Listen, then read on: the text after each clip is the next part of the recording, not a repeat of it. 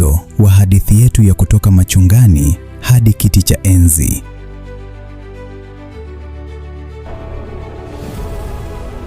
Vita haichagui nani ashinde, wala haimwonei huruma yeyote. Siku hiyo alijikuta uso kwa uso na Wafilisti.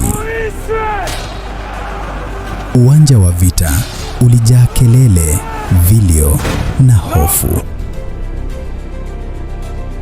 Lakini ndani ya moyo wake kulikuwa na kitu kingine, hofu ya mwisho unaokaribia.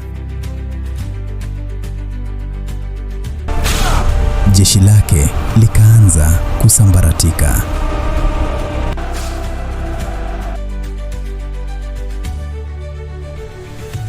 Na hatimaye mshale ukampata.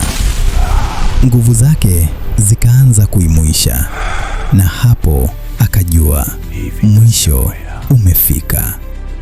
Hakutaka kushikwa, hakutaka kudharauliwa. Alichagua kujimaliza mwenyewe. Mbali na uwanja wa vita, alipokea habari. Hakushangilia, hakufurahi.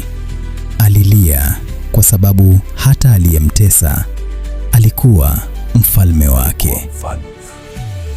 Baada ya kuanguka kwa mfalme, taifa lilibaki bila kiongozi. Hofu ikitanda. Sasa tutafanyaje? Na maswali yakiumiza vichwa vya wengi juu ya hatima ya taifa. Tunakuomba urudi. Lakini si kwa muda mrefu, kwa sababu yule aliyekimbia, aliyefichwa pangoni na aliyechaguliwa na mbingu sasa alikuwa tayari. Aliitwa si kwa nguvu, bali kwa kusudi. Aliongoza, alivumilia, alibadilika, na sasa alikuwa mfalme.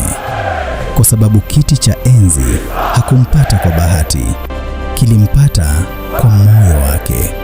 Alitawala kwa miaka 40, akithibitisha kuwa uongozi wa kweli haujengwi kwa nguvu, bali kwa tabia, uvumilivu na moyo wa haki. Je, wewe umejifunza nini kutokana na kisa hiki? Niandikie kwenye comment. Pia usisahau kulike, kucomment, kushare na kusubscribe kwa hadithi nyingine nzuri za Biblia.